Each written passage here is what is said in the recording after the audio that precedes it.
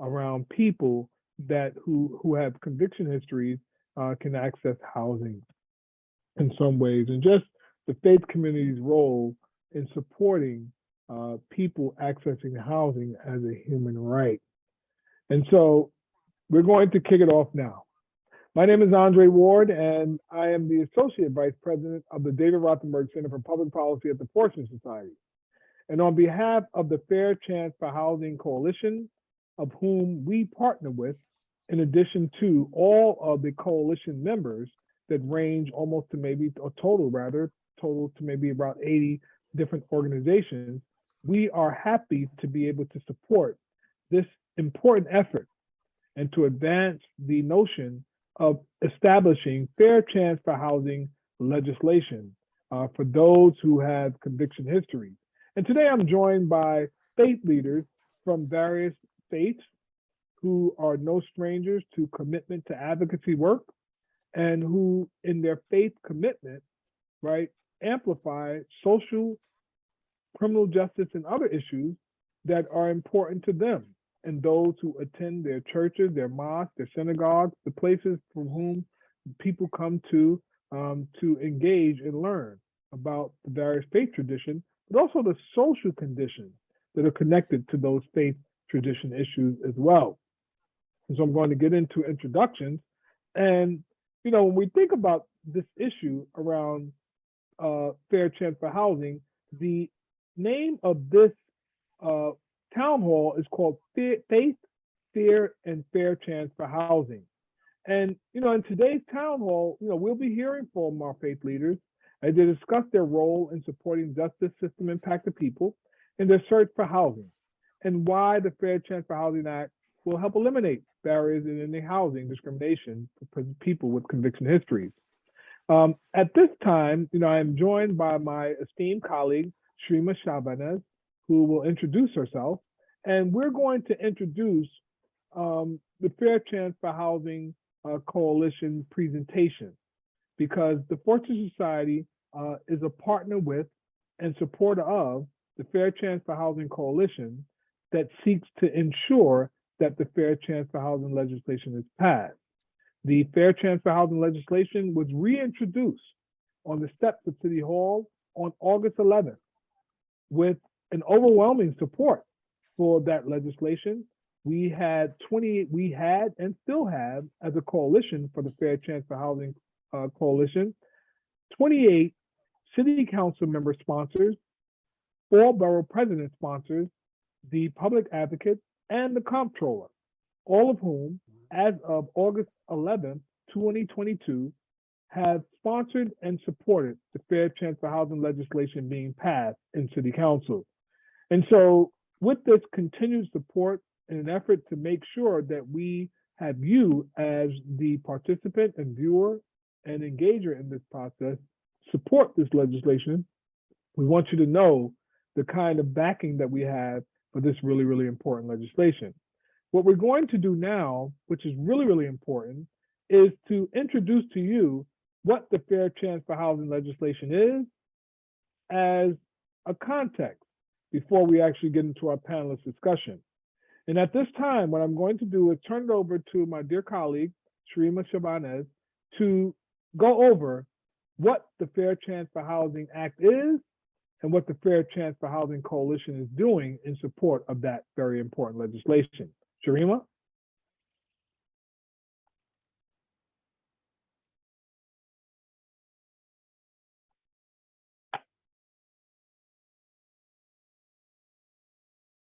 Good afternoon, everybody, or I should say good evening.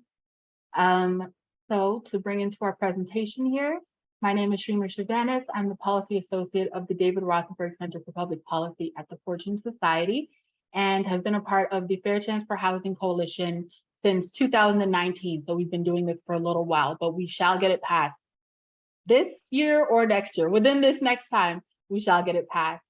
So the Fair Chance for Housing campaign is committed to ending housing discrimination against people with conviction records by passing the Fair Chance for Housing Act in New York City. The campaign is led by a broad group of formerly incarcerated people, people who have experienced housing discrimination based on their criminal record, and people from a variety of organizations, for example, grassroots organizing, criminal legal system reform, and service groups. Overall, we have over 100 organizations that have endorsed the Fair Chance for Housing Act.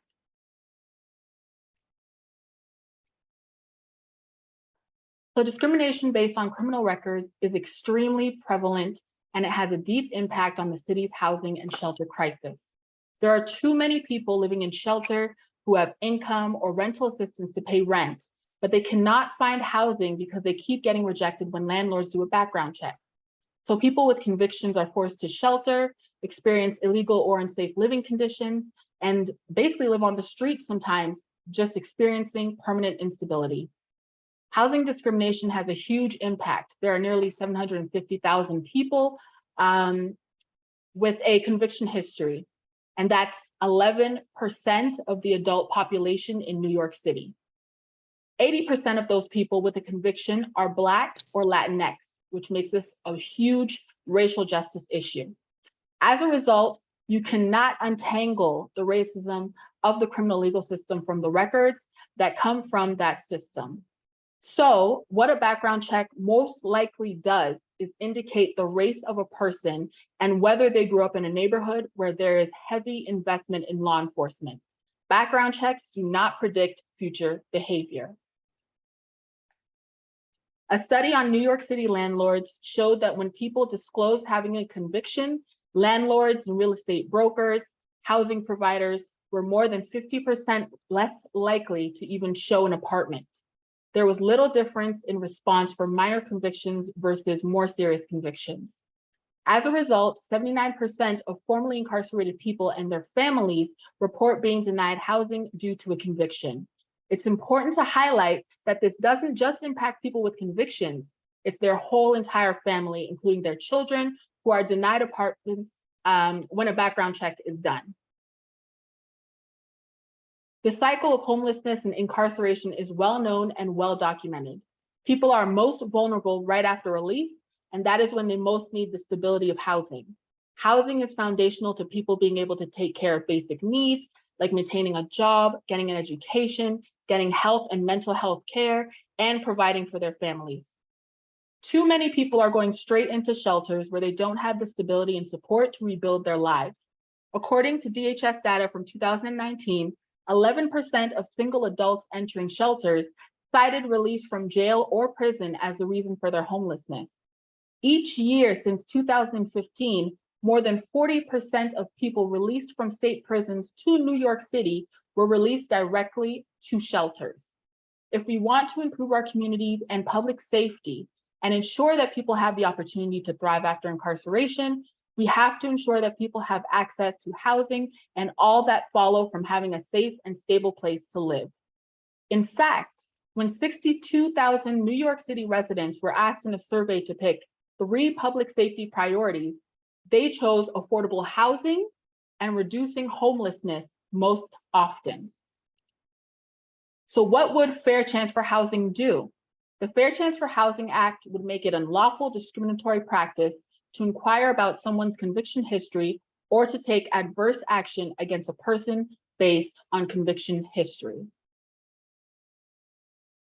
And you can get involved by signing up to join the campaign at fairchancehousing.org/sign-up. You can also tell your personal experience with housing discrimination or the experience of your family and community member. And you can send a message to your New York City Council member or work with us to meet with your representative. Please feel free to join us at rallies and events or post on social media to raise awareness.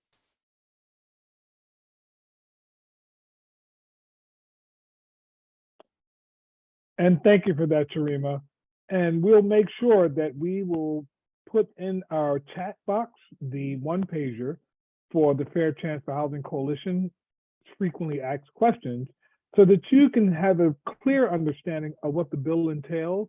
And we believe and know that that frequently asked questions one-pager will answer many of the questions that you have and be able to share that with others who may have similar questions and need to know. So now, I have the great task and the humble task of being able to introduce our panelists. And so I'm going to go in order of people, and then we're going to get into our conversation with our esteemed faith leaders, all of whom are deeply committed to faith healing work, to work that transforms the lives of the people that attend their congregations and synagogues and churches, etc., and who are also involved in social justice. I'm going to start now with the brief introduction in terms of telling us a little bit about yourself, your background, and how this conversation about housing discrimination is relevant to you. I'll start with none other than Reverend Sharon White Harrigan, the Executive Director of the Women's Community Justice Association. Reverend Harrigan, thank you so much for joining us. And tell us a little bit about yourself, your background, and how this conversation about housing discrimination is relevant to you. Well, thank you so much, and to all of the dignitaries and their proper perspectives here with me on this wonderful panel, to you, Andre, Fortune, and all of those that are a part of the Fair Chance for Housing Coalition, and to our audience. Um, As Andre stated, I am the ED of WCJA, the Women's Community Justice Association, and um, we advocate for women, gender nonconforming folks, and gender expansive people in and out of the system. It's important that the voices are amplified and elevated, the needs, the issues, the challenges, and that's who we are. We go into Rikers every 2 weeks. We sit with all 350 of the women and those who identify as women. We're out in the community. The Beyond Rosie's campaign under WCJA is a decarceration campaign. What brought me here to this issue is I am also formerly incarcerated and did over a decade in Bedford Hills Correctional Facility. Um, and my husband and I, who is also formerly incarcerated, um, we were discriminated against when it came to housing. And we had checked all the boxes. We didn't know each other prior to, but we came home and we started getting ourselves together. We got together. We decided to want to get in an apartment, and we worked. We had a little savings. We checked everything. There wasn't no problems. We were able to pay the application, and they asked for my husband's social security number again.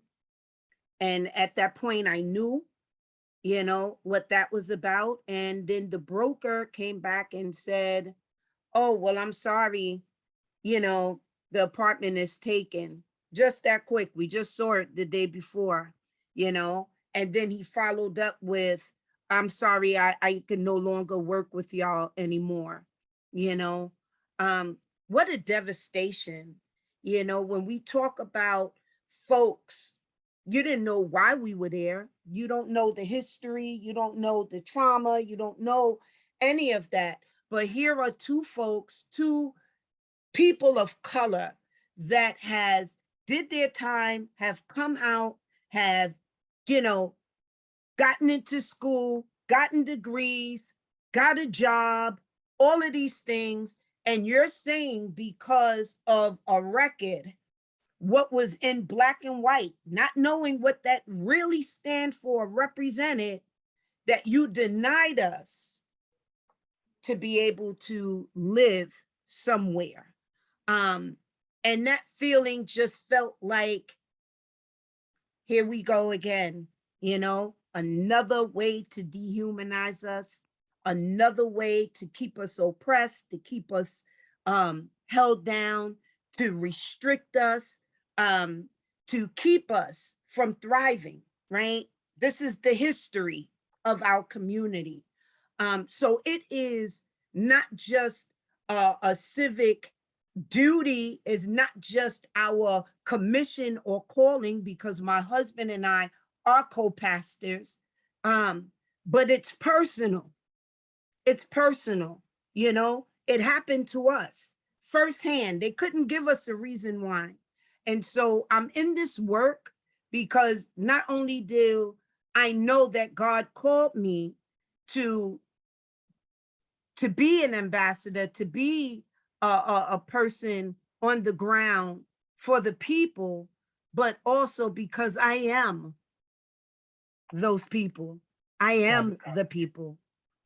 No, got it. Absolutely. And thank you for that, Reverend Pastor Harrigan. And, we know that you have been involved in a litany of different efforts as it relates to empowering people with criminal legal system involvement, but specifically women, and have obviously been responsible for running some housing facilities for women. And you're a licensed social worker, all of those kind of things. And so we thank you for that. And I'm going to turn now to someone, obviously I have tremendous respect for and have been witnessing this person being in action for many, many years, and had the privilege of being with him at one of the breakfasts that he holds at his church, just because he is deeply entrenched in the community and the needs of the community, as well as being just a person of the faith and a person committed to that. And that is none other than Reverend Dr. Robert M. Waterman. And so Reverend Dr. M. Waterman is the senior pastor of Antioch Baptist Church. And so, Reverend Doctor, thank you so much for joining us. And just a little bit about yourself, your background, and how this, conversation about housing discrimination is important and relevant to you. And then later on, again, as we go through all of the other faith leaders, we're going to ask specific questions. So thank you, Reverend Dr. Robert M. Waterman, for joining us this evening. Brother Ward, it's a pleasure to be online, and all our faith leaders. You got some giants on there, Atkinson, Reverend Atkinson, and all those that are there who have been tremendous blessing to the community as a whole. We're just one of those people who's just entrenched into the holistic ministry of people, because housing is an end result of poverty. From an economic perspective, if you cannot afford to live someplace, 9 out of 10, you won't be able to even get the application to apply. So with the community that I am in Bedford-Stuyvesant, pastoring at Antioch for 21 years, seeing disparity between my side is based upon a lot of NYCHA housing. So we got Gates Avenue corridor, Marcy, Roosevelt, Tompkins. For me, that's where it all starts in, is when the government itself is not playing fair with housing. And then it comes down to individual homeowners who, like myself, is a homeowner and who have participated in fair housing without the bill by opening up my house to people from incarceration, to those on Section 8 and those who are struggling to get through, to help them move to another level. As a president of the African American clergy, elected official, we gather where the electeds, the CBOs of community, and the clergy come together once a month to talk about the issue, from housing to healthcare to education, which is all tied into the economics. Again, there's a plethora of stuff that's tied into one issue. If we solve the economic issue, it kind of helps supports the other issues going forward. So, just looking at that, in my healthcare experience, being the co-chair of One Brooklyn Health, which is 3 hospitals, Interfaith, Brookdale, and Kingsbrook. So from health to education, being at McEvers College, teaching in the Board of Ed, seeing the disparity among Black and Brown people across the board. So that's why I'm here, to help to shape the narrative of fair housing, to make sure that we're able to really understand it from a faith perspective, that it might help others to understand why they need to push forward for fair housing. Absolutely. And thank you so much, Reverend Dr. Waterman, for that.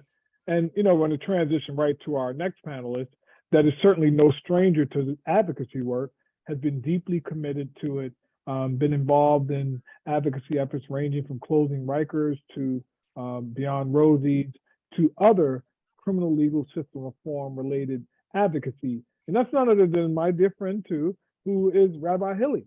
And Rabbi Hilly serves as Director of Social Justice Organizing at Education at Central Synagogue. Rabbi Hilly, thank you so much for joining us. And again, tell us a little about yourself, your background, and how this conversation in housing discrimination is relevant to you. Thank you so much, Andre. It's such an honor to be to share a screen with my fellow panelists tonight. So thank you so much. I think this is I think we've seen over the years, and especially right now, it feels that our public conversation has a lot to do with people talking about public safety and looking at towards policing and incarceration as ways of increasing public safety. And it's, as Sharima so beautifully said, that's just such a false narrative and undergirded by racism and all kinds of other things. And that what we need in the city for communities to thrive, to flourish, to be safe and healthy is supportive housing, stable housing.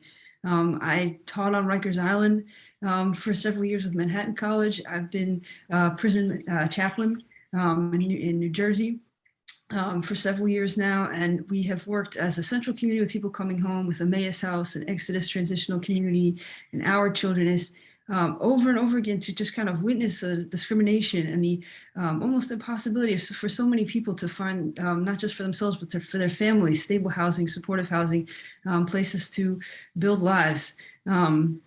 It just is, Cornel West says that God's love in public is justice. That's what God's love looks like in public. And I think that just is a way for us to, especially how I think about advocacy and policy, is that what is God's love? What is God's mercy? What does God's grace look like in our public conversation? And it doesn't look like fear mongering around public safety. It looks like ways that we can create pathways toward flourishing and thriving communities for all New Yorkers.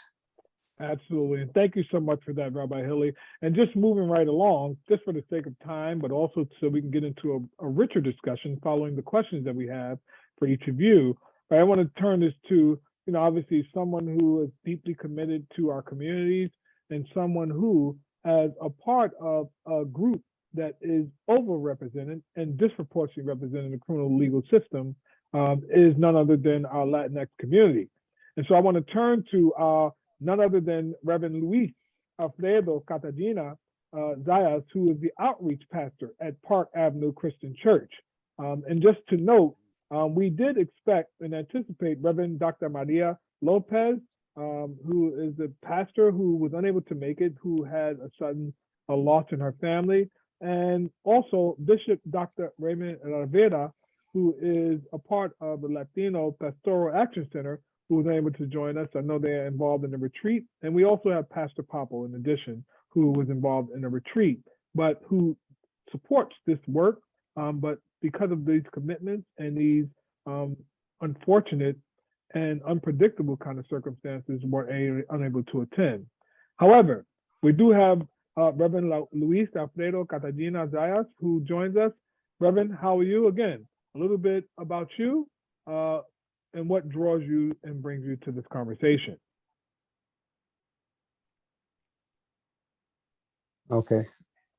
Blessing everyone. Is a privilege to be here with so many individuals and faith leaders. Why am I here? I was born in a tenement in the South Bronx, right? I was raised all over the Bronx. Hunts Point, Kingbridge, Sedgwick, St. Anne's, Brooker Avenue, Cypress, just to name a few. Basically, I don't consider myself a New Yorker. I consider myself a Bronxite. Even though my church is on Park Avenue, it's just like my roots are there, and they're too firm to have me removed. And I say, not only do I consider myself a Bronxite, but a statistic. A statistic of in my thing. I'm multiracial and multi-ethnic because I'm like Puerto Rican, Chilean, and Mapuche, which is an indigenous tribe in South America. And my older siblings, their dad was African American. So, I mean, this issue, if you look at prisons by zip code, you would find out that most of the zip codes I lived in were, like where the people in the prisons are. I remember visiting my brother once. He was up in Auburn. And I was saying hello to some of the brothers who were there, and I got in trouble because how the hell do you know these people? Keep your nose clean, blah, blah, blah, because even though he was in the joint, he was still taking care of his baby brother. But the statistical point is because I was a father at 14. I dropped out of school after the 8th grade. I was brought up by a single mom. I was married by 17. And just so everyone knows, I'm a former heroin addict, right? And I was like homeless on the streets of New York for about 2 years.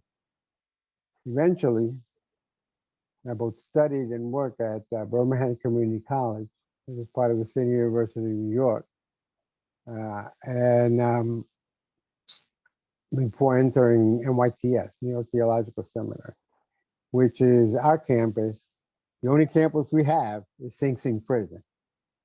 So it brought me into contact with so many, brothers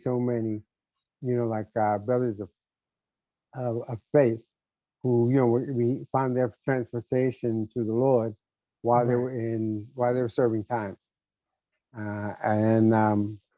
Also in my immediate family, as I said, I had like 2 people I was very close to who were incarcerated, numerous times, when they were starting from when they were a very young age. Right. But they both served their time. When they were released, the last time they got it together, they found a trade, and they're really like part of the community, and their work really interact with the community. One's a chef and the other one's an electrician. So really, like the greater community of New York, and well, my brother was like New York, California, and now Puerto Rico. But still, like people, like he got it together. And for them, when they got out, it was very difficult for them they didn't have a family. Like even like with public housing, like you can't get in if you're formerly incarcerated. So that's why I'm here. Thank you so much for that.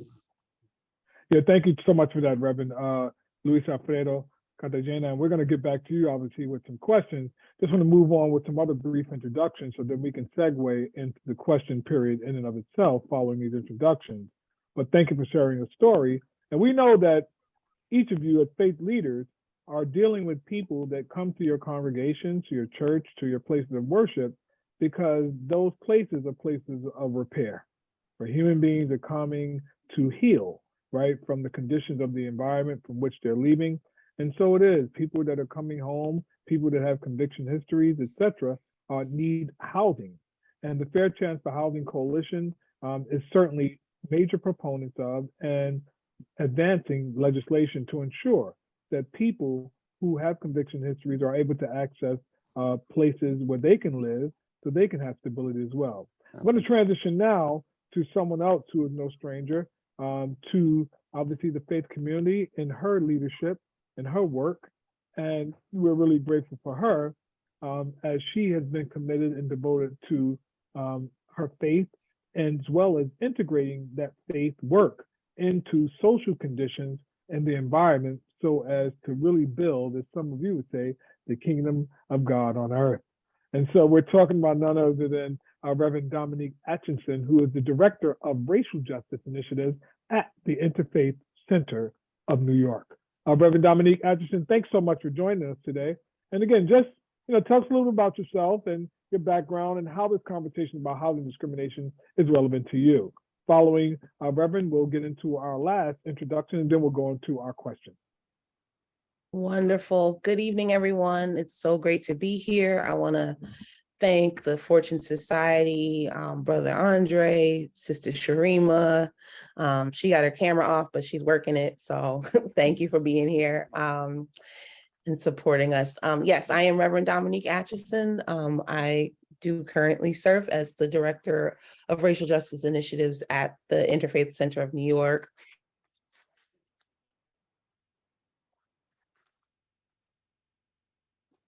And Reverend Dominique seems to have frozen.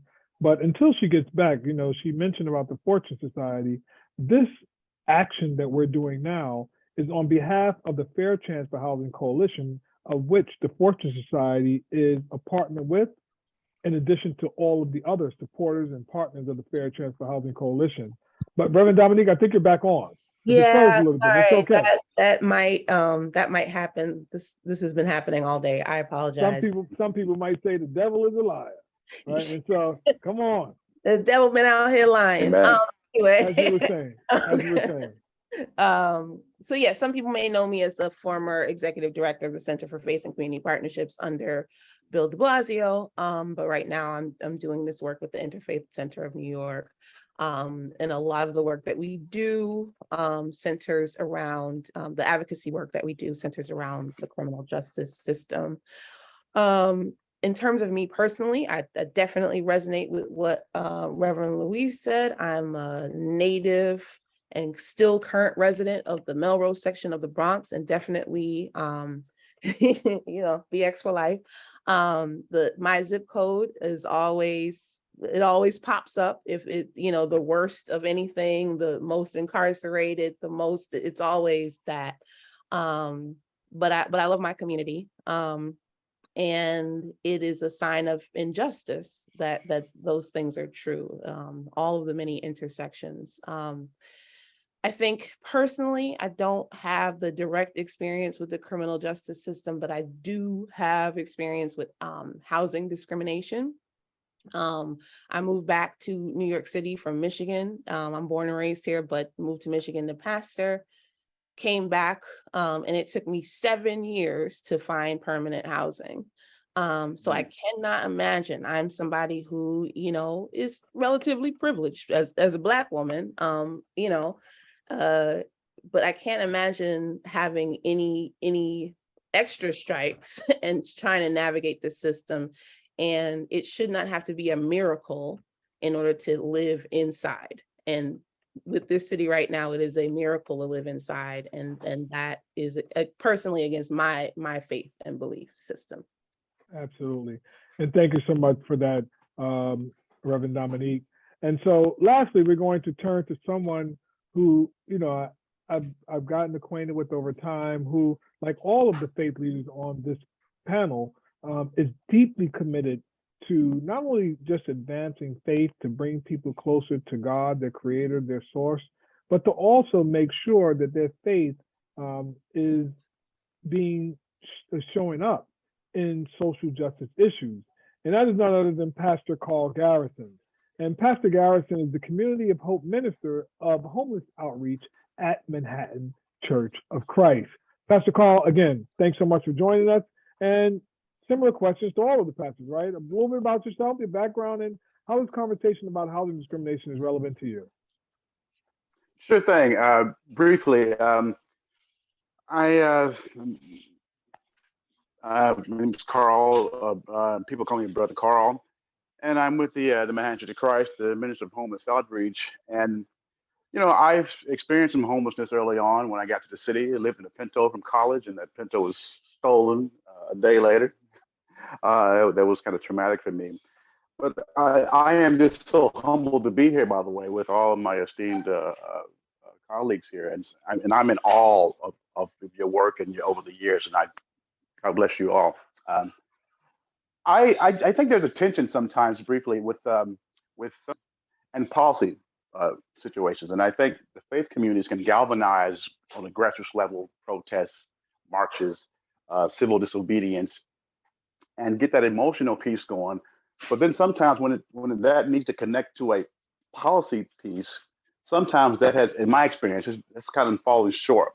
So why this is really exciting is that you can have all that galvanizing and all those emotional pieces and that those civic things, and connect it to a actual piece of legislation that I think is something that we actually want to be the outcome.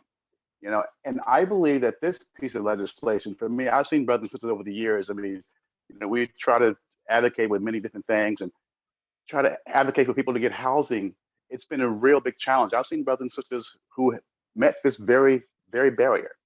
And if the faith community can't fight on this thing, this is the least the faith community can do. I really do believe that. And I think when you have this kind of legislation that's supported by members of the city council, by members here, I think this is one of the sort of the dreams of people like Brother King and other, because this synergizes both the energy of the faith community and all the galvanizing with actual policy. Because I've been involved in a lot of policy discussions that went nowhere, and sometimes the policy pieces weren't well thought out, they weren't cohesive, and I think this is a way to kind of eradicate that last and final barrier. I really feel strongly about the dignity and the legitimacy of individuals being uplifted in this piece of legislation. And the faith community, we're going to do what we're going to do. We're going to be out there fighting. We're going to galvanize. But when we bring this to the finish line, I think this policy piece, I actually think it is the missing link. So when something happens, then we can go back and fight that. Sure. And I just feel very, very passionate about this. Thank you all so much. Yeah, and thank you for that, Pastor Call. And we're going to transition now to our questions. I want to acknowledge some people that are in the chat. We have Pastor Zach Martin, who has also joined us. And I'm sure there's some other faith leaders, and in addition to others who are in the chat, just acknowledging that they are present. And we want to acknowledge you. And we are encouraging all of you to join the Fair Chance for Housing Coalition, to become a supporter of the Fair Chance for Housing Coalition because of its importance, and to spread the word, right, to those who are in your congregation, to other faith leaders that you know, and individuals, right, so that they too can be more informed about what the Fair Chance for Housing Act is, and also how they can get involved with advancing this really, really critical and important legislation. And so we're going to turn now to some questions. I'm going to start off with you, Reverend Sharon White Harrigan. And we're going to turn to you. Our first question, right, as we think about this really important work, right, as a religious leader, right, who really believes like there's good in all people, like, do you think it's appropriate for a landlord to discriminate against those with a conviction history and, a group of predominantly made up of Black and brown people? And when do they apply for housing and why? Repeat that last part. Yeah, so I was just saying, and my apologies for that, Reverend Harrigan. And so I was just saying, like, as a religious leader, right, you think about, like, there's good in all people.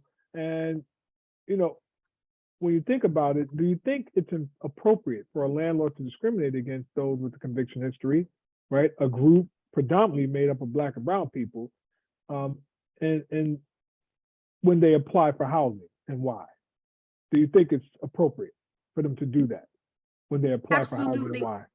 Absolutely not. It definitely isn't appropriate. I mean, the reality is, do we do a background check on the landlords?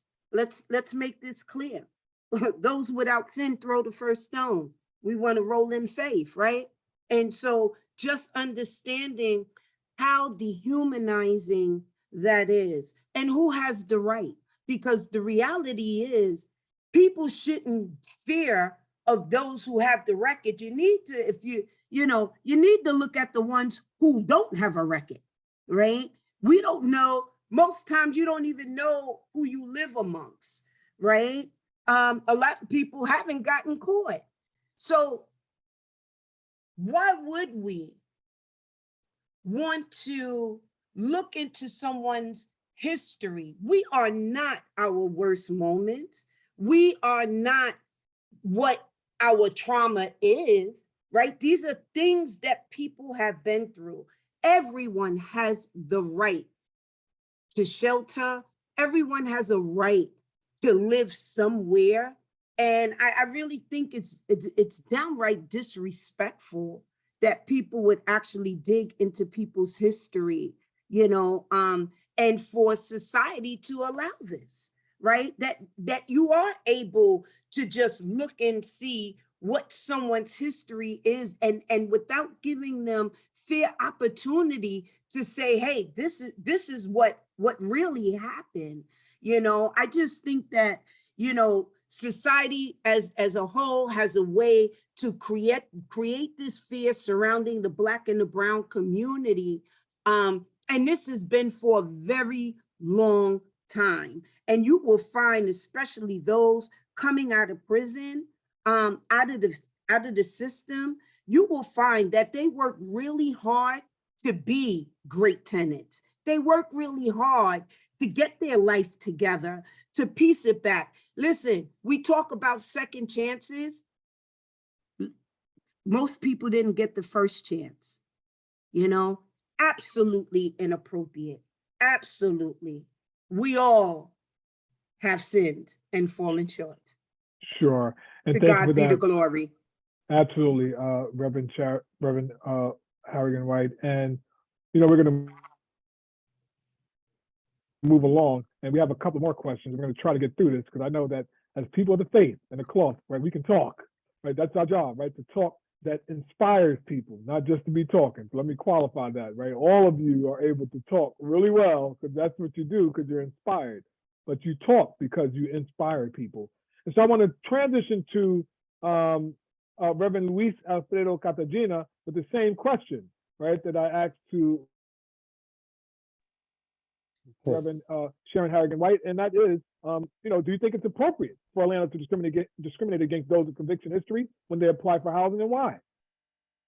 Well, I do not. I believe that if an individual, doesn't matter if they're a man, a woman, or a child, that have served their sentence, no one, and I mean no one, neither employers, nor landlords, nor society, has the right to deny them the basic human right of housing.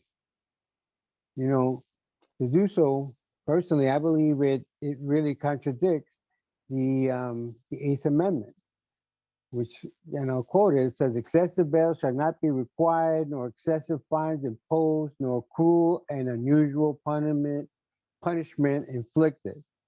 The last point, in my opinion, is what we're trying to do with this bill. We're trying to rid, like that cruel and punishment, because it's so difficult. I mean, first, it's hard enough to get a job because you have to check the box. So most likely you won't get that job. And then, like you're trying to get housing and it's not even you, like if you're coming out and you're trying to, like reunite with your family, right? And you're really trying to go straight, then it's terrible because even your family is denied access to housing, and permanent housing. I know you're talking about transitional housing, which is important, but I'm talking about the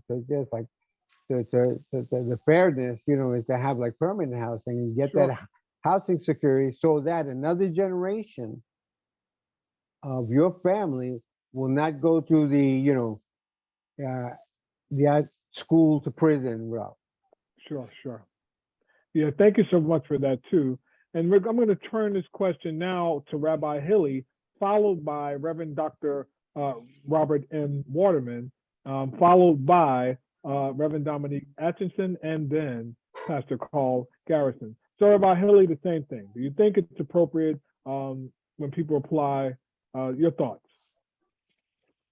Yeah, thank you. Yeah, of course not. I think when we think about what it means to be human, theologically and through our faith traditions, we know that human beings, we all change over time, we strive over time, we aspire, we're constantly evolving, and all of us make mistakes. And the idea that a background check is something to discriminate, discrimination in any form, obviously is wrong. But the background check is not even a snapshot of who someone was or what they did, because it's not a reliable piece of information. And so it's just kind of it's a misguided notion that you could understand and assess someone based on something that's not even factually true sometimes. And so I think the questions we should be asking are, what does it mean to be human? How do we care for one another? How do we create networks of support so that people and their families can come home and build together? And so, yeah, it's a, and yeah, I think the other piece that was mentioned already is just a question of approaching every person with dignity and making sure that they have access in a dignified manner to housing and stable housing. And so upholding this idea of what it means to be human, that each of us is changing over time. We can't judge someone based on a snapshot. That's not even a reliable source of information. And then we have, to treat one another with dignity is in every single moment. Sure. And thank you for that, Rabbi Hilly. And, I'm going to turn it to Reverend Dr. Waterman. And, he and I had a really good conversation. And I just want to acknowledge, because, in him being honorable and just being just a forthright and honest person, right? We had this conversation prior to this panel. Reverend Ray's like, well, Andre, listen, I get it, right? I'm a supporter, right? I get it, right? But also, right, a large part of the population of Black and brown people are residents of NYCHA housing. And what about them, right? In terms of NYCHA, right? Also making sure that their policies change consistent with making sure that it's fair and equitable and people aren't discriminated against. And I shared with Pastor Waterman, as we had our conversation, that we are on that too. Currently, however, we're focusing on the city legislation, and we will work on and continue to focus on issues involving the federal legislation that governs under HUD NYCHA housing. So we're going to be on that too, but it's one step at a time. So I'll turn it back now over to you, Reverend Dr. Waterman, and get just your thoughts on that. And I really appreciate just you just being honorable and honest, and I value that. So yeah, your thoughts on that. Just in terms of questions. Once again, Andre, we just we look at the total picture when we paint pictures. Everybody knows that when you come back into Black and brown communities, mama's going to open her door and let her child in. So there's no discrepancy about grandmothers and mothers and parents allowing their kids in.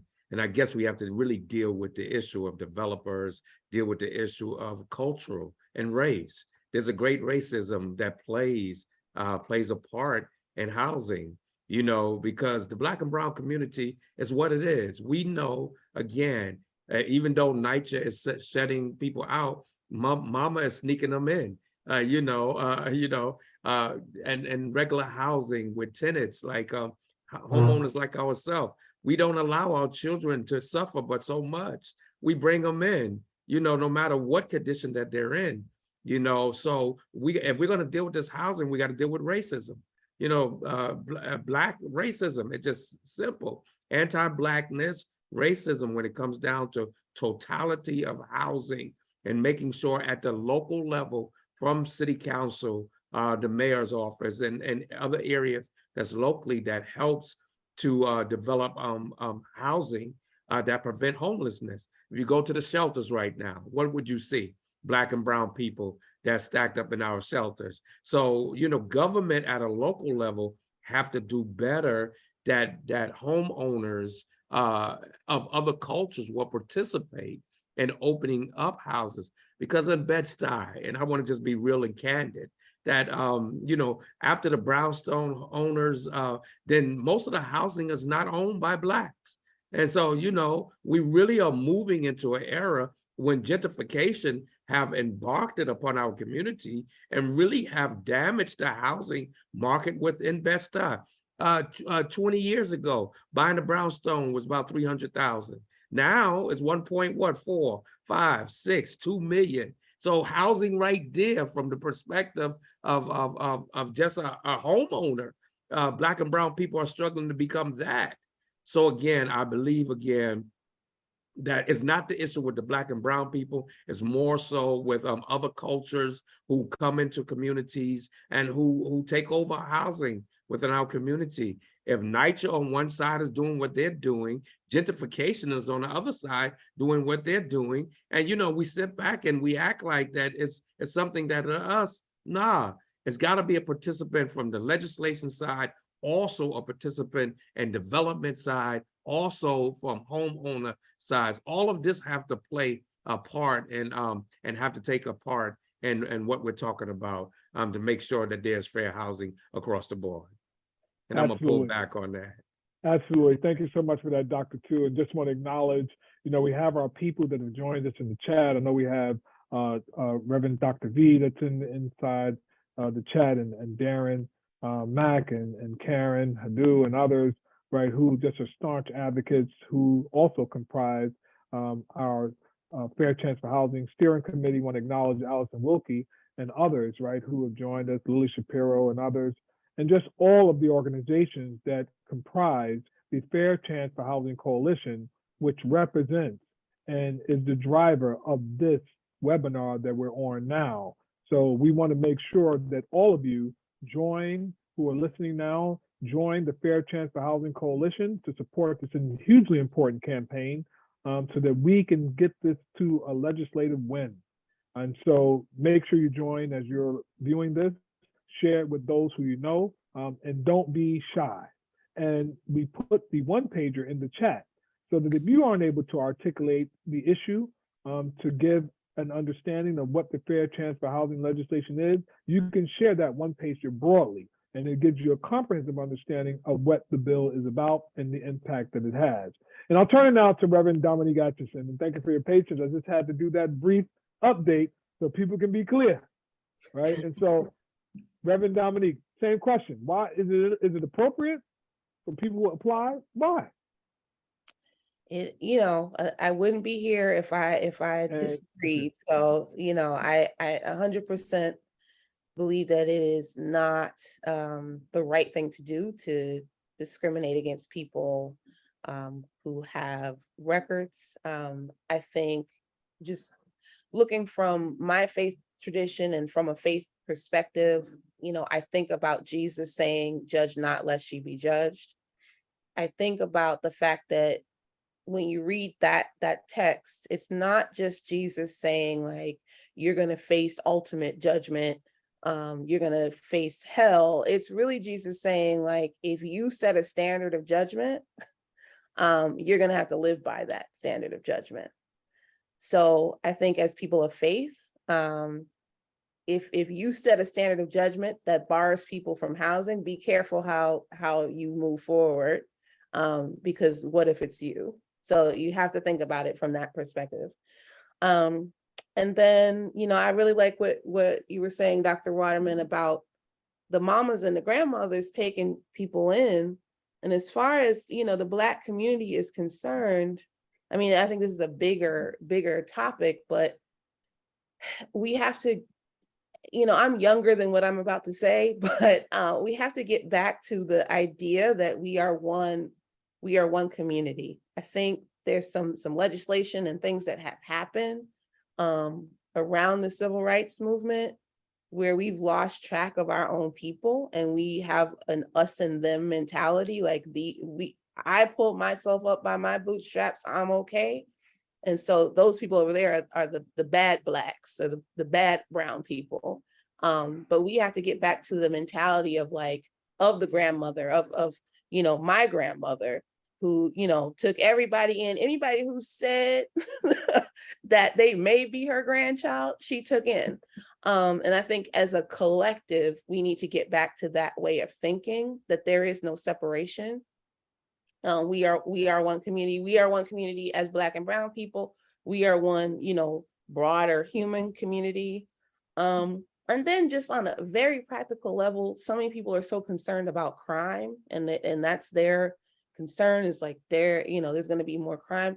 What is creating more crime is pushing people to the streets and then saying, fend for yourself. There's going to be more crime with that.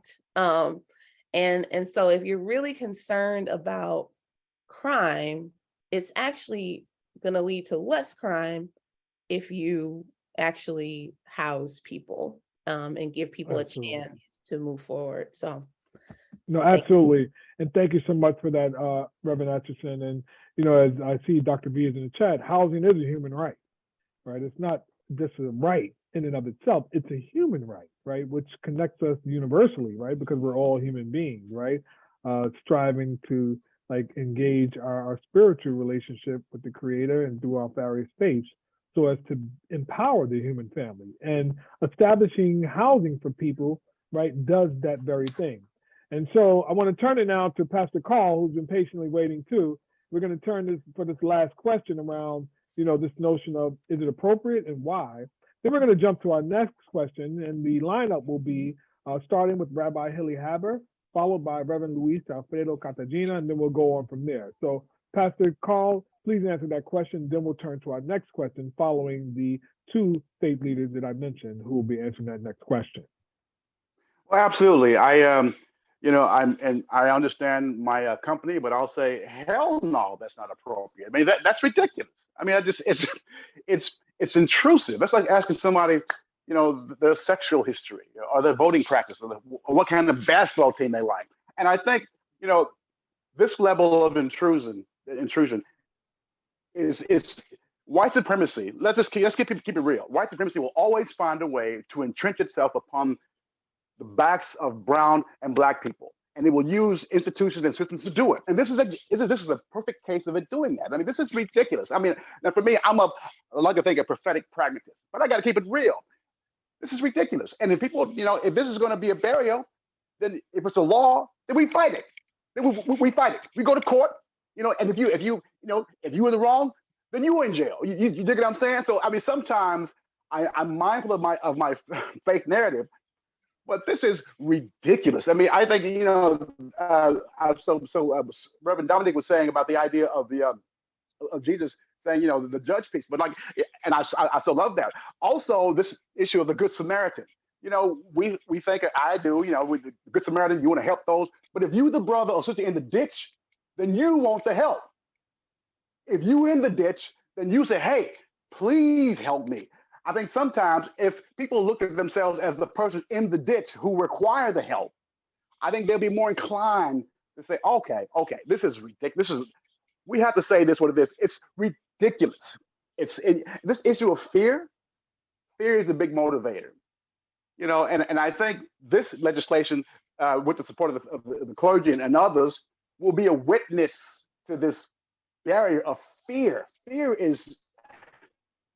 This kind of fear is not productive at all, but we need witnesses for this fear. And I think this legislation will provide that kind of witness.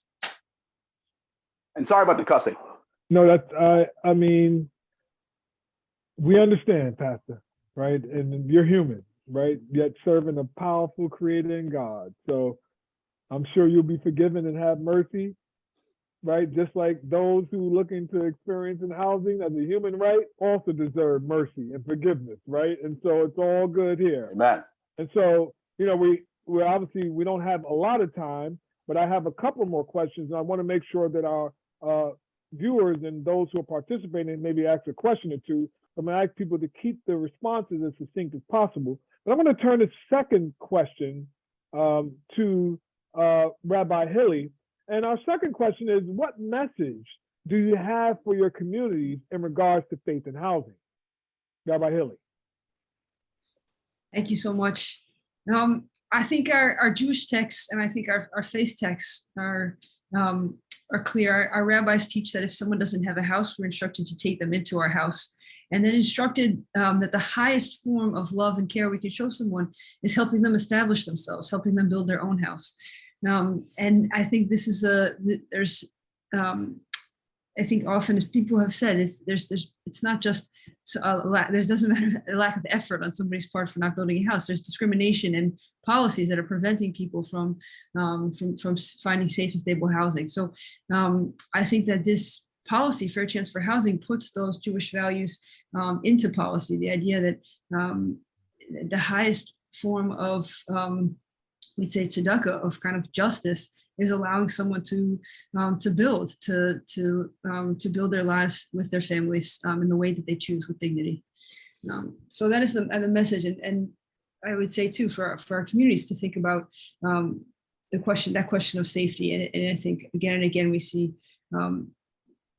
studies and research and listening to people who are coming home. What it means to be safe is when people have stability and they're able to take care of each other, take care of one another, and find housing. We've seen what happens when we over incarcerate, we over criminalize, we discriminate. No one's safer. So I think that this is a bill that brings safety and health to all New Yorkers and all New York communities. Absolutely, Rabbi. And I know that, from the Judaic perspective, right, this is in alignment with the term teshuvah, right, with this notion of forgiveness and like understanding and all these kind of things. So just touch on that a little bit, right, with teshuvah. Like, what does that mean, right, very briefly, relative to this? Yeah, teshuva is repentance, atonement, and return, and it's return in every way: a return to God, return to community, return to self. And the understanding of teshuva in Jewish community is that each of us is always on the path of teshuva. Teshuva is the posture of our lifetime. That means we are all changing, we're all evolving, all aspiring to more, and that this is the way that we interact with the world, the path of return.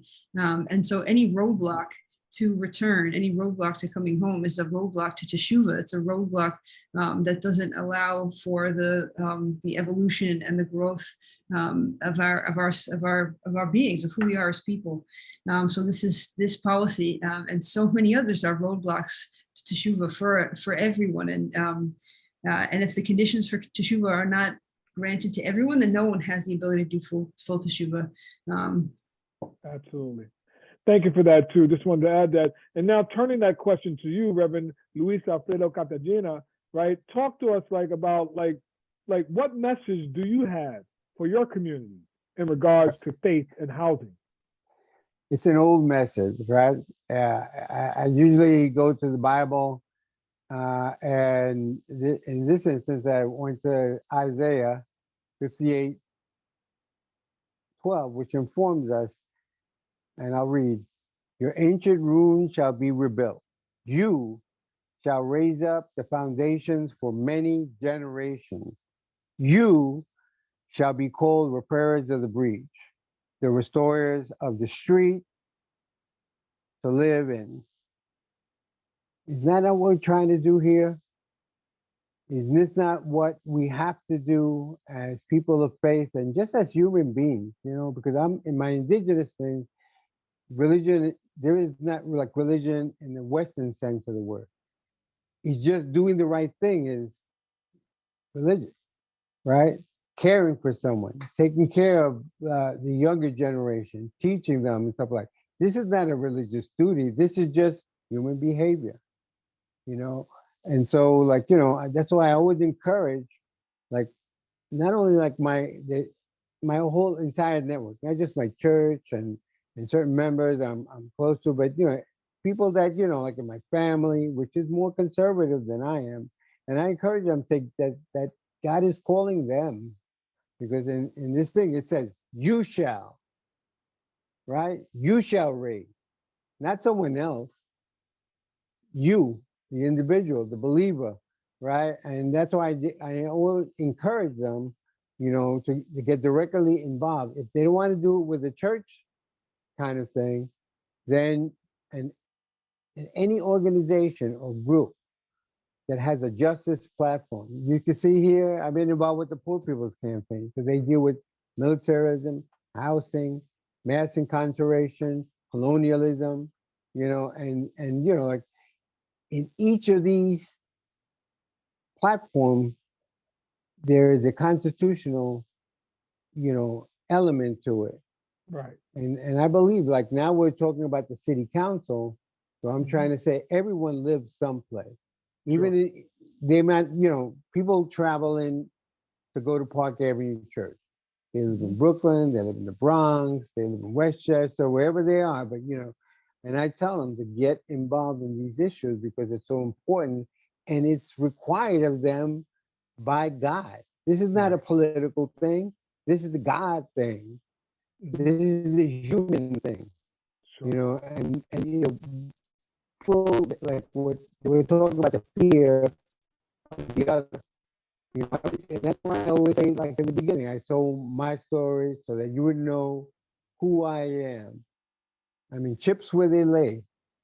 I didn't mean to turn off anyone, but I just want to know people where I'm coming from. Sure. You have to be as a faith leader and just as a human being. And I learned this for 38 years in CUNY, like where people were very close to me, my students. Why? Because I was genuine. I was honest with them. And I didn't always tell them what they wanted to hear. And I always tell them, your responsibility, your future, because you're doing this not for yourself, but for your family and the entire community that's like around you. Got it. You know, there is no such thing as your success. It's our success. No, absolutely, Reverend. And thank you so much for that too. And that's the reason why we had titled this town hall Faith, Fear, and Fair Chance for Housing. We didn't put fear first, right? It's always faith, right? If you have faith first, it conquers fear and thus creates the space for fair chance for housing to move forward and to ultimately pass. So it was intentional, right? Consistent with what you're saying, right? Faith has to lead all of this, right? Irrespective of your faith belief, faith has to lead and be the driver of the passage of fair chance for housing because it overcomes fear. And so I'm going to ask the same question, following in this order, starting with Pastor Carl, and then followed by Pastor Sharon White Harrigan, and then Reverend Dr. Waterman, and then Reverend Dominique Atkinson. And again, the question is, what message do you have for your communities in regards to faith and housing? And we have maybe about 15 minutes left, folks. So I know that we'll never have enough time. I'm sure we can be here all night. But turning to you, Pastor Carl, to answer that question, followed by Reverend Sharon Harrigan White, Reverend Dr. Waterman, and then Reverend Dominique Atkinson. Pastor Carl.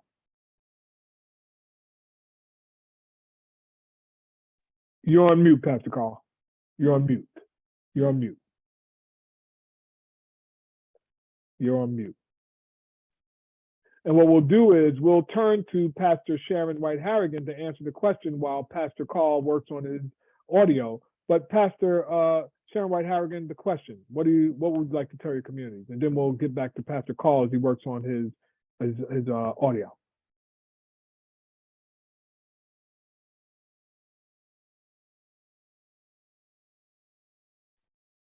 All right, sorry, couldn't unmute. God,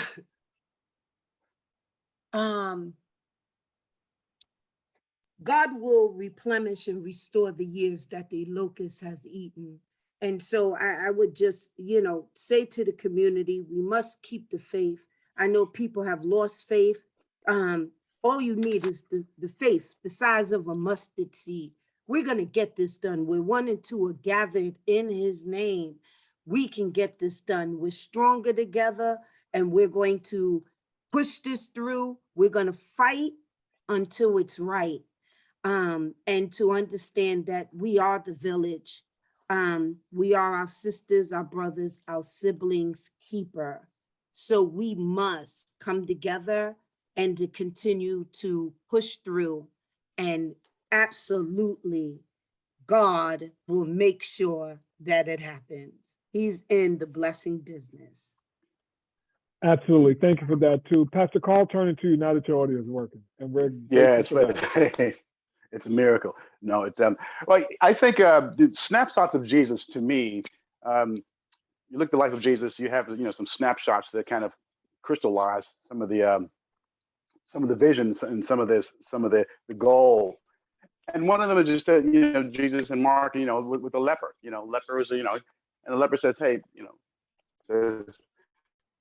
if you're willing, you can make me clean. And Jesus, he could have said, hey, that's the attitude toward housing for our brothers and sisters. That's the attitude for anything remotely involving justice. We be willing. When Jesus with the woman caught in adultery, says, hey, they condemn you, neither do I condemn you. That's the statute. I mean, if people want to know what would Jesus do, that's what Jesus would do. So housing with, and again, I've got, like Brother Lewis, I've got members of my immediate influence and family and friends and loved ones and peers who feel differently, who are involved in colorism, who looked at, who's part of the Booker T. Washington bootstrap black. I'm sorry, I'm getting historical here, but I think sometimes you got to say, hey, listen, let's keep it real. What are you about? Who do you follow? And I think there should not be a distinction, at least for me, with one's faith narrative and one's actions. And I do understand sometimes it's challenging, but to me, the absence of faith is not doubt, it's certainty. You dig what I'm saying? So sometimes that I need to have some mystery and some hope to leap forward. And I tell our community, you got to leap forward. If you already know the outcome, then you don't require faith anymore, man. you don't require faith. So have that hope, leap forward. We don't know what's going on. You hope for the best and you work hard and you do the right thing. You say, I am willing, neither do I condemn you. Today you'll be with me in paradise. That's the snapshot. That snapshot is the posture that we should have for justice at all times, particularly with this initiative. Absolutely. And turning now to Reverend Dr. Waterman, again, the message for your communities in regards to faith and housing. I guess the first thing is that you have to encourage them, to let them know that they're not in this by themselves. From a faith perspective, you always go back to the scripture of Jesus. The Bible says that foxes have holes, birds have nests, but the Son of God has nowhere to lay his head. You got to understand that what you talk about is real. Christ experienced it. There's nothing new under the sun. Housing issue has always been a problem, even with Christ. And so when you encouraging people about the word that they speak about or they hear every Sunday morning or Sabbath day, it's the same thing, encouraging them from the word. Secondly, holding them responsible too, because there's a sense of responsibility that those who apply for housing have to live up to. Don't make it bad for the next person coming through, because that housing is for me, it's a transitional thing. If you're good at holding the house, then your kids can hold the house. But when you messing up, and then your children is going to mess up. So there has to be a sense of responsibility, helping our congregations to understand that you are in it with the landlord. It is not just the landlord's house, but it's your house also. When you move into a house as a tenant, there's a sense of responsibility. And the last thing is getting involved. There's a lot of people who go to church, but never get involved in church. Faith is action. So if we're going to do this faith with housing, you got to get involved. There's some housing issues. You can, from calling, letter writing, getting involved, making sure that your elected official, voting them in or voting them out based upon conditions. If they don't help you on other ends, especially in the housing end, vote them out and put somebody else in. It's getting involved. So one, you're not in it by yourself because Christ is there. Two, be responsible when Amen. you get in there to help somebody else. And three, get involved in making sure that you understand your issue that you're fighting for, because it doesn't make sense for the pastor to fight for something that you're not even fighting for yourself. Absolutely. And turning to you, Reverend Dominique, your thoughts as well. Amen, and co-sign to everything that everybody has said. And I would say, that through the prophet Micah, God said that we are required to do justice, to love mercy, and walk humbly. And those are some action verbs that are hard for people, but it is required by God.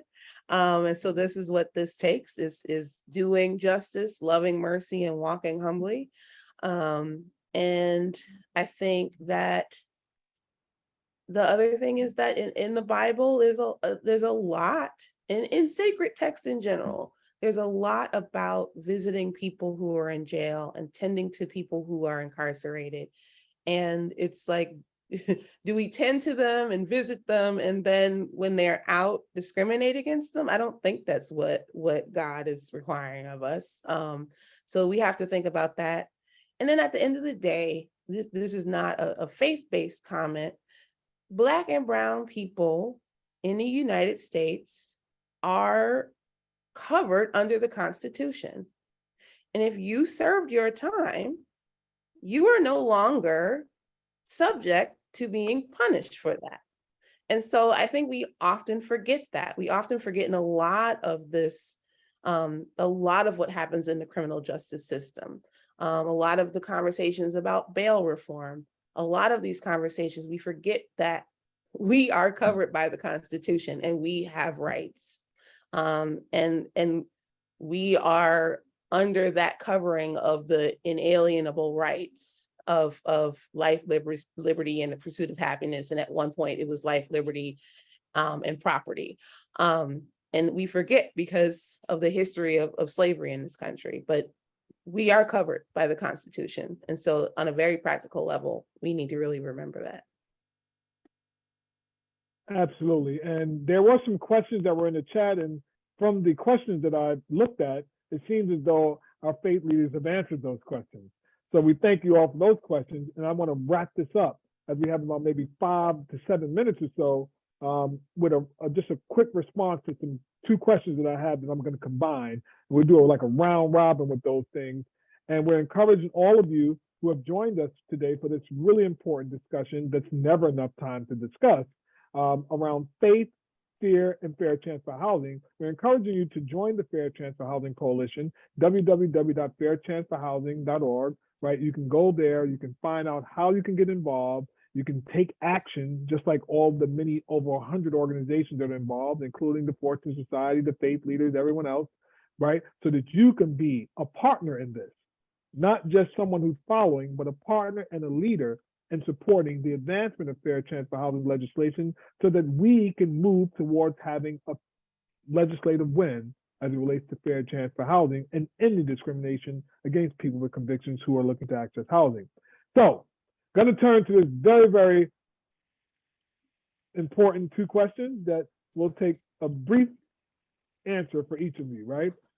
2-part question. How do you get like district elected officials? How do you hold them accountable? Right? Number 1.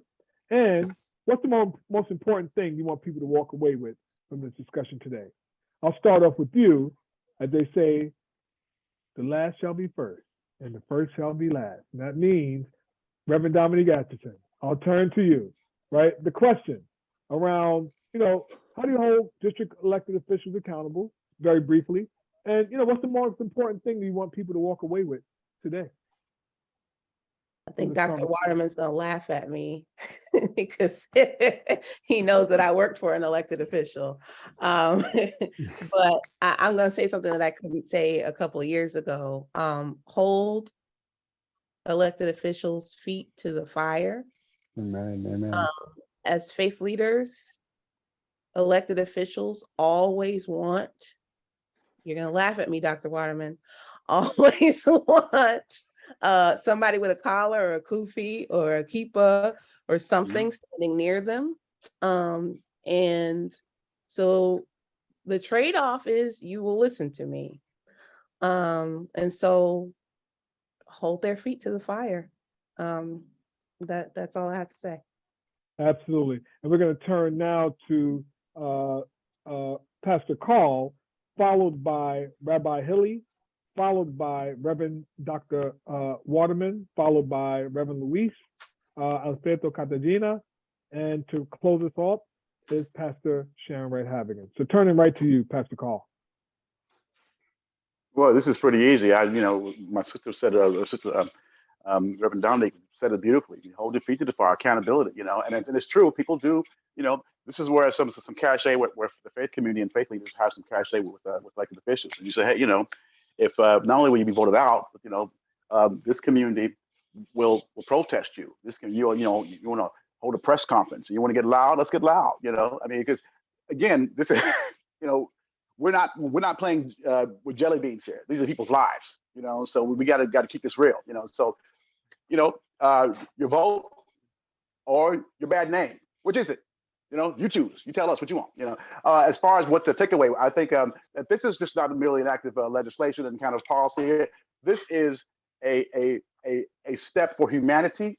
This is the right thing to do. And sometimes you just got to do something because it's right, not for expediency, but because it's right. And I think that alone should be the thing Absolutely. that I want people to walk away with. Absolutely. We'll turn now to Reverend Luis Alfredo Cartagena, followed by Rabbi Hilly, and then Reverend Dr. Waterman, and to close us, Pastor Sharon White Harrigan. Briefly, Reverend Luis Alfredo Cartagena. Okay. The simple answer is to vote for individuals with progressive agendas concerning criminal justice and housing, right? And holding them, as we said, holding them accountable for when they vote, right? And make your voice, because it's not just your vote that's needed around issues, especially at the local level, because the local level is so terribly important, then most people really don't understand that fact, because it affects the community you live in. And so, you have to keep their feet under the fire, and you have to make sure that when they do something correct, you acknowledge it. But also when they're, humming and hopping and all this kind of stuff, and they're like want to sit on the fence, be a thorn on that fence. Have that, like, remember that, like those metal things that, so the birds can't sit on the fence. That's what we got to put. We got to, and have them, because we said you were elected not for us to serve you. You were elected to serve the community. And if you can't do that correctly in our community, and like the sister was saying, most of our zip codes are in jail. I mean, the innumerable amount of our brothers, sisters, fathers, mothers, daughters are or have served time. So we have to hold these people accountable, because they're saying, hey, listen, if you can't do this one thing, then, like next time I'm not going to vote for you. And that's why I think, like, people have to write letters, right? Not just as an institution, but individual, and send them whatever to the council person, wherever, like whatever zip code you're in, because the sister can tell you, if you send a form letter, Sure. from a group, that's one thing. But if they get like 1,000 form letters from individuals, well, they'll start sweating. Got it. And so we're going to turn now to Rabbi Hilly, followed by Reverend Dr. Waterman and Pastor Sharon White Harrigan. We have about maybe 3 or 4 minutes left, folks. So apologies for being short, but I know you all can be quick. Thank you, Andre. I'll be quick. Just to echo what everybody else said, I think, we're trying to work in partnership with elected officials and reminding them of the values, the faith values that we want to see put into policy, and guiding the lawmakers, and how we treat one another, and make sure that is at the top of their mind with as they're voting, as they're giving speeches, as they're meeting with people. And I think just constantly showing up, constantly discussing why this is an issue we care about, why this is an issue that affects all New Yorkers, and putting constant pressure on elected officials. And I think that's the message too, that this is an issue that that affects all of us, and that this is a path to a safe and healthy New York in which all communities can thrive and people have stable access to stable, supportive, and safe housing. Absolutely. And Reverend Dr. Waterman. And you already touched on a little bit already. And you spoke earlier, but if you can reiterate. Echoing what everyone says, we know that we got to hold them accountable, but faith without works is dead. And the church perspective, the faith perspective, is putting your faith to work, and just don't be hearers of the word, but be doers of the word. Because we could do a lot of talking about what we are, who we are, what type of faith we are, and all that stuff. But when it comes down to actually action and movement, one, get out and vote. Most of our communities don't even vote. We have the lowest turnout. Now, let's be real about it. It's just facts is faith. If we understand that we're not out there voting. So when things and issues come to part, and you want to know why things work the way they're, because you're not moving faith into action. Your works is dead because you have faith without works. And from that perspective, then you can hold electeds accountable by voting. If you're not voting, because they look at our records, let's not be fooled. They know which community has the highest areas of voting, and they know who's involved. And that's why they know which church to go to. They know which church to go to. They're not going to all the churches. They try to do drive-bys on the days of election to get through your houses of worship, and don't even take the time out to talk to you. So there's a lot that the faith side have to do, moving that faith to works, and then making sure that not only we're holding ourselves accountable, but also holding others just the way we would do ourselves. So, and what they need to get out of this last thing is organizing. This is a sense of organizing. If you can't build this organism around and start organizing, and there's issues that if you got 100 members, do you not know how you can move people? One chase 1,000, 10 put 10,000 to a flight. Come on, your faith at works can move mountains. Let me stop because I'm gonna go in. That's all right. And so Pastor Sharon White Harrigan, close us out. All I got to say is amen. I can't even take it right now. I think he wrapped that up. Just to to jump on what everybody else has said. I just think Chaplain Dr. V said it best, hold them accountable in real time. Let's continue to educate the community so they can also mobilize and do that. And I think the greatest takeaway is God gives his hardest battles to his strongest soldiers. Warriors, we are his soldiers, right? Let's do it. Let's do it. Absolutely. We have to hold each other accountable as well. Let's do it. Absolutely. And, you know, Reverend Dr. Waterman said that faith without works are dead, right? But each of you as faith leaders has demonstrated tonight in your support for fair chance for housing legislation that your faith has been working and it is very much alive tonight. And we thank all of you as faith leaders for joining us.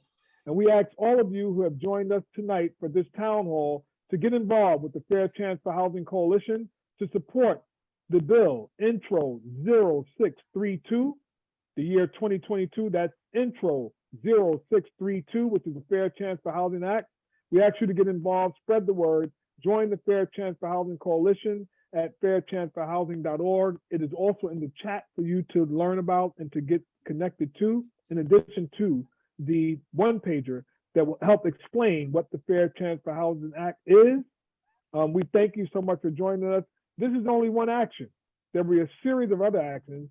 And I just want to again acknowledge all of the faith leaders on this call for your devotion and commitment to, one, your faith, but also demonstrating that faith in works by being involved in legislative acts to help improve the condition of all human beings. Have a good evening, everyone, and be well, and God bless. Blessings. Blessings. Blessings. Thank you. Blessings.